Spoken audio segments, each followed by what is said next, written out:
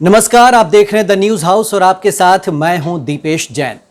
Corona महामारी के इस दौर में जहां दुनिया भर में लोग एक दूसरे की मदद के लिए हाथ आगे बढ़ा रहे हैं, वहीं देश का दिल कहे जाने वाले मध्य प्रदेश के राजधानी भोपाल में एक ऐसा शैक्षिक संस्थान है जिसकी बेशर्मी और बेदर्दी इस मुश्किल भरे वक्त में भी बादस्तूर जारी है। केंद्र से लेकर राज्य सरकारें तक इस मुश्किल वक्त में तमाम स्कूल और कॉलेज प्रबंधन को ये हिदायत दे चुकी है, ये नसीहत दे चुकी है कि वो फीस के लिए स्टूडेंट्स को बिल्कुल परेशान न करें। लेकिन समाज सेवा के नाम पर तमाम सरकारी रियायतें लेने वाला भोपाल का ये एक ट्रस्ट का शैक्षिक संस्थान बजाय छात्राओं की मदद करने के उनसे संकट की इस घड़ी में भी फीस लेने पर अड़ा हुआ है।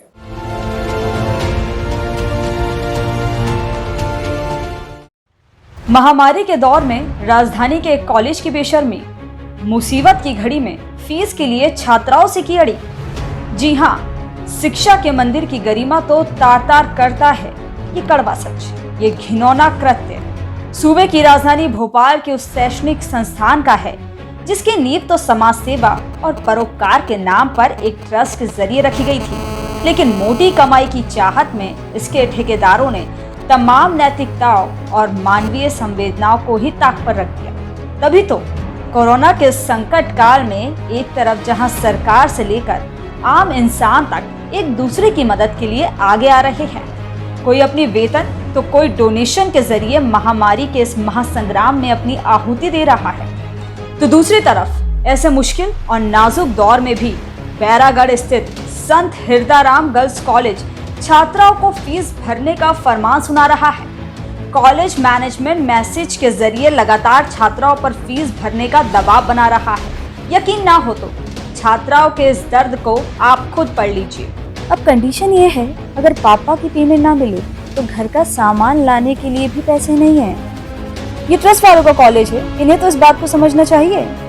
मैं तो जुलाई में ही दे पाऊंगी, पैसे बिल्कुल नहीं है। मिडिल क्लास फैमिली है, कोई बड़े पैसे वाले नहीं जो चेक काटा और दे दिया। वही ना, इस टाइम नहीं बोलना चाहिए। इस टाइम फीस कोई कैसे देगा। छात्राओं के लिखे एक एक शब्द आपका कलेजा छलनी कर देंगे। लॉकडाउन में किसी के पिता की नौकरी चली गई तो किसी की माँ घर बैठ गई, किसी के यहाँ 2 जून की रोटी के लाले पड़े हैं। लेकिन शिक्षा को सेवा बताने वाले इन ढोंगियों को तो सिर्फ अपनी जेबें भरने से ही फुर्सत नहीं है।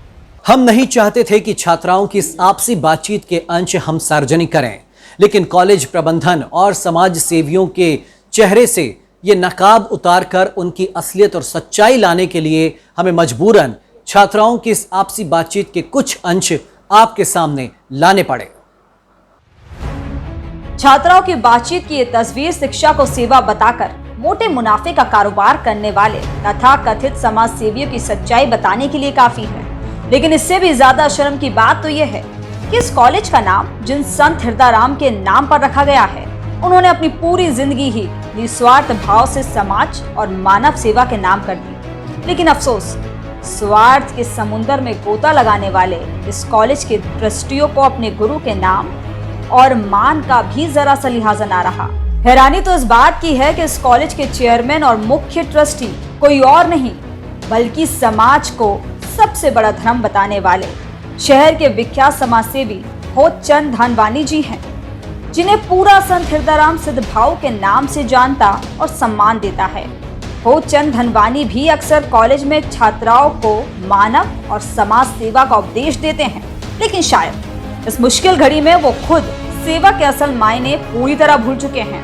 तभी तो उनका कॉलेज छात्राओं से फीस वसूलने पर अड़ा हुआ है। छात्राओं के इस चैट में उनकी परेशानी और मजबूरी साफ तौर पर समझी जा सकती है, लेकिन कॉलेज मैनेजमेंट को छात्राओं की तकलीफ से क्या लेना देना।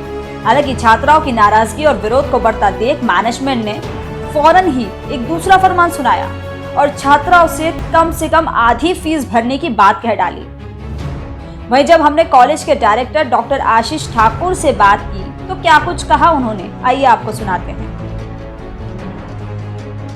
बिल्कुल देखिए, कॉलेजेस के चैलेंजेस दूसरे भी हैं। आप ये भी सुन रहे होंगे सेम टाइम में कि जो टीचर्स हैं उनको सैलरी नहीं पे कर रहे। तो अभी आप ये सोचिए कि कॉलेजेस उन टीचर्स को सैलरी कहाँ पे करेंगे। आज अगर मैं बीमार होता हूँ, हॉस्पिटलाइज होता हूँ, तो हॉस्पिटल मेरे को नेचुरली चार्ज करेगा। उससे हम एक्सपेक्ट करें कि वो फ्री में ट्रीटमेंट करेगा, क्योंकि उसको भी कॉस्ट लग रही है। तो अगर स्कूल्स की बात करें, कॉलेजेस की बात करें, तो वो भी ऑलरेडी कॉस्ट पे कर रहे हैं, है ना। तो इसलिए सेम टाइम में दोनों को समझना चाहिए, पेरेंट्स को भी समझना चाहिए। हमारा तो चैरिटेबल ट्रस्ट है और उसमें बहुत सारे कॉलेजेस ऑप्शन भी देते हैं बच्चों को कि आप उसको क्वार्टरली पे कर दें, अगर हाफ ईयरली है तो 2 इंस्टॉलमेंट में कर दें, 3 इंस्टॉलमेंट में कर दें। और सेम टाइम में बहुत से पेरेंट्स उसके बेनिफिट भी लेते हैं, है ना। कई बार ऐसा भी होता है कि चलो होल्ड करना है कैश को, तो उसके लिए ऐसा भी हो सकता है। लेकिन सर अभी तो कोई कैसे बेनिफिट लेगा, क्योंकि अभी तो अभी सिचुएशन चल रही है कि सब कुछ बंद पड़ा है। नहीं, जैसे मॉनिटोरियम है वो सब बंद पड़ा है, तो पैसे की तो वैसे नहीं चालू हो गया। देखिए बहुत सारे गवर्नमेंट एम्प्लॉय भी होते हैं, गवर्नमेंट ऑलरेडी पे कर रही है, और चैलेंज सबके साथ है, एम्प्लॉय के साथ भी है। अगर वो पे नहीं करेंगे तो एम्प्लॉय। लेकिन क्योंकि सर बहुत से बच्चों से ये बातें उठ के आई है हमारे पास तक, इसलिए मैं आपसे पूछ रही हूँ कि बच्चे को कहना है कि इतना बड़ा अमाउंट हम कैसे गवर्नमेंट से बंधे हुए हैं। अगर गवर्नमेंट गाइडलाइन देगी तो उसको हम स्ट्रिक्टली फॉलो करें। Okay sir. यूजीसी का ऑलरेडी है, उन्होंने कहा भी है कि कॉलेजेस 1-to-1 कंसिडर कर सकते हैं। कंसिडरेशन में ये होता है कि ठीक है आप पोस्टपोन करिए, बैंक भी कर रहे हैं, पोस्टपोन कर रहे हैं, लेकिन इसका मतलब ये नहीं कि पेरेंट्स तो एक्सपेक्ट भी कर रहे हैं कि माफी हो जाए। बैंक आज की डेट में, मैं खुद भी लोन लेके बैठा हूँ, तो बैंक इंटरेस्ट पे भी इंटरेस्ट चार्ज कर रहा है ना। बिल्कुल। हाँ ठीक है, तो वहाँ ऐसे डाउट आप लोगों को करना भी नहीं चाहिए, अगर ट्रस्ट को आप जानते हैं तो। जी चलिए सर। अब आप खुद तय कीजिए कि तमाम सरकारी सहूलियतें लेने वाले ये शैक्षिक संस्थान अपनी झोली भरने के लिए किस हद तक जा सकते हैं और इन्हें अब क्या नाम दिया जाए।